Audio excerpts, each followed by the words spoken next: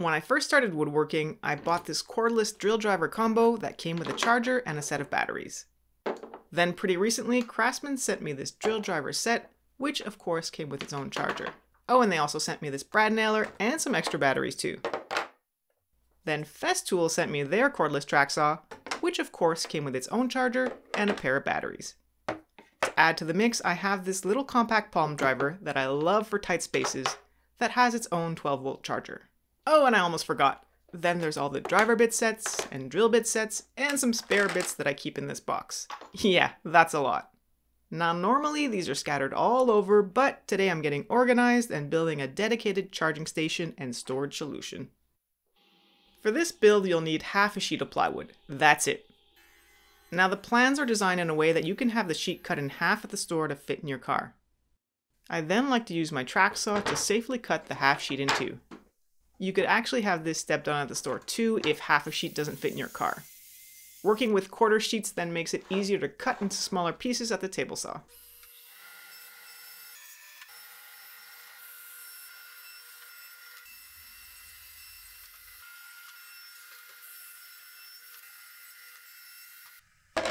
I have plans available for this build with all the detailed measurements and cut lists, and you'll find a link to the plans in the description below.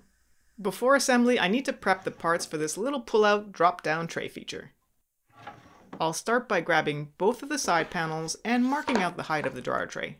I'll then clamp down a makeshift fence to guide my router. Ideally, I'd use a 5mm bit here, but the closest I have is this 1/4" plywood bit, so that's what I'm using. I'll make a first shallow pass, then adjust the depth of the bit and make a second pass. The key here is to stop just short of the edge. You can see that I sort of messed up here, but it was just the first pass on the surface, so it shouldn't have an impact. I stopped just short of the edge, and the idea is that a 5mm shelf pin will be able to slide freely in the slot and come to a stop at the end. Next, I'll add the shelf pins to each side of the tray so it can slide along that groove. I'll now add a second shelf pin on each side that'll act as a pivot point for the pull-out tray. All of this is detailed in the plans if you want to build this for yourself. At this point I could move on to assembly, but I feel like getting a little fancy, so I'm going to add edge banding to all the front edges of the cabinet.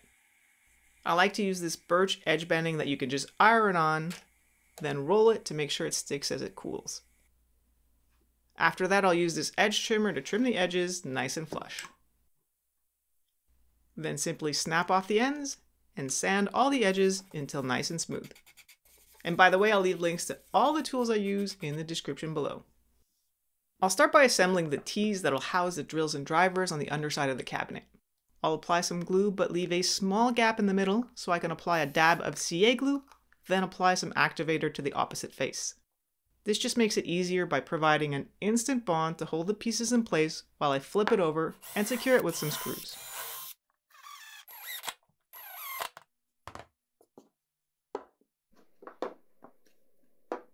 After building 4 of the T's, I'll use the same method to secure them to this shelf. To make things easier, I first traced reference lines to help me accurately position each piece.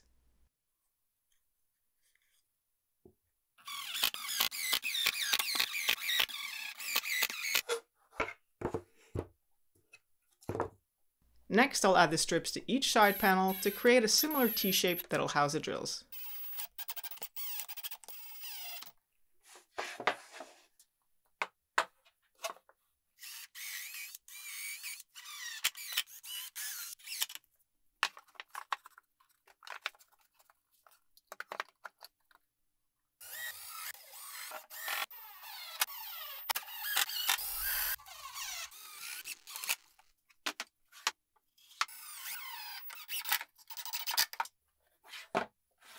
Alright, looking good. At this point, I'll test out the pull-out tray to make sure it fits and slides smoothly in the tracks. The fit looks good, so I'm going to secure the shelf pins with some CA glue for added strength and stability, then hit it with the activator to help it dry.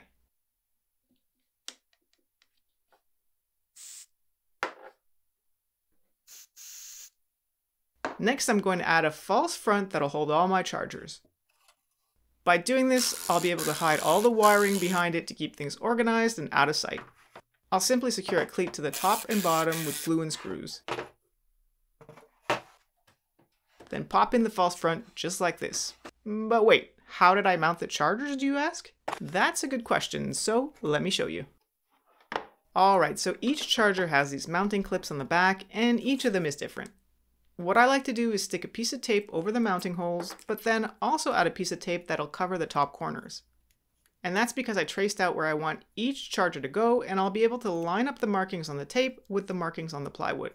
Here I'm kind of feeling out where the mounting holes are so I can make a pinhole right in the middle.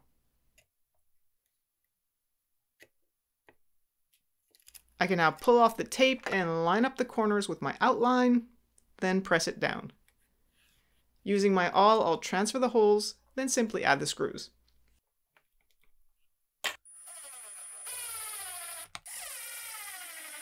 At this point, I can remove the tape and adjust the depth of the screws until the charger slips on nice and snug. Easy peasy. Okay, so now that I've got all the chargers mounted, I'm going to remove them. Yep, I know, I'm working backwards here. Taking a look at the back of each charger, I can assess where the cable would best fit behind it so I can make a hole to feed the cable through the back. Sounds complicated, but you'll get what I mean in a minute. After making the holes with a Forstner bit, I can feed the cables through. And channeling my bourbon moth, I sort of do feel like an electrician at this point. Well, not really if I'm being honest, but let's just go with it.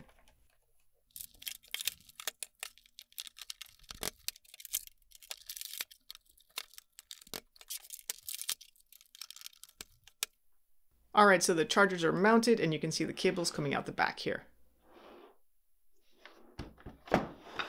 I pre-drilled some pilot holes in the corners to help mount this plate, so now I can just pop it in and secure it to the four corners.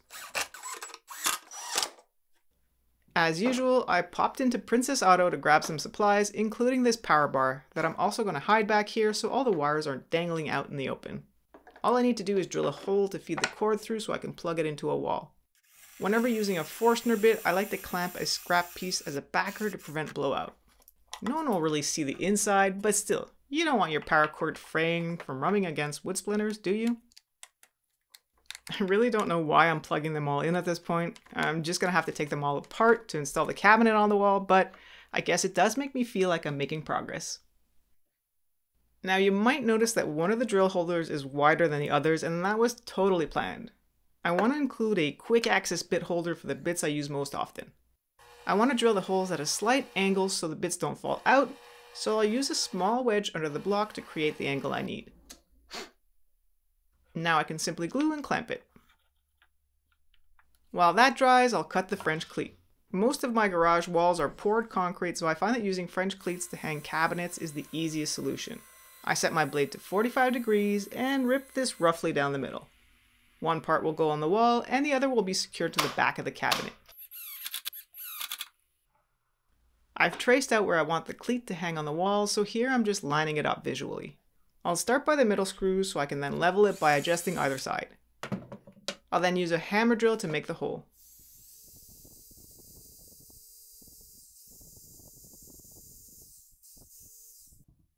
I'm using Tapcon screws here that'll go 1 1/4 inch deep into the wall, so I'll aim to drill 1/4 inch deeper than that and make sure to clean out all the dust before driving in the screw.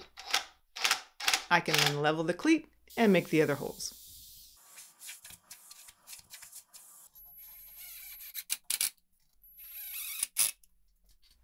Before mounting the charging station to the wall, I'll first install the tray. Otherwise, I won't be able to install it afterwards. I can then simply lift it into place and drop it onto the French cleat. Next, I'll install a drawer front for the pull-out tray. An easy trick to get the spacing even all around is to use playing cards. Just use an equal number on all sides until no more will fit. I want this front to be removable just in case I need to remove the tray for some reason, so I'll just hold it in place using the mounting screws from the handle. And voila, pull out, drop down tray. I can now thread in the power bar and tuck away all the wires. Then secure the false front.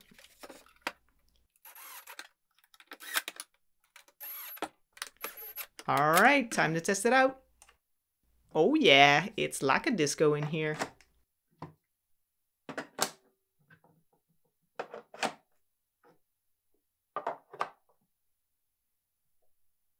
I can pop in my drills, and I'll use this shelf for my bit sets and extra batteries. Oh, and I almost forgot about this little guy and my favorite bits for quick access here. In the sliding tray, I'll store all of my drill bits. This tray just makes it so much easier to see and access what's in here. I have this magnetic toolbar from Princess Auto, which will fit perfectly here. Now I can finally upgrade from my little bonbon box where I used to keep all my random bits. Much better. I wanted a spot to hang my brad nailer, but it's a lot bigger and longer than my drills, so instead of hanging it on the bottom of the drills, I'm adding this utility hook on the side of the cabinet. Perfect. Hey, I hope you enjoyed the video, and don't forget to grab the plans if you're interested. Until next time, thanks for watching, see you soon.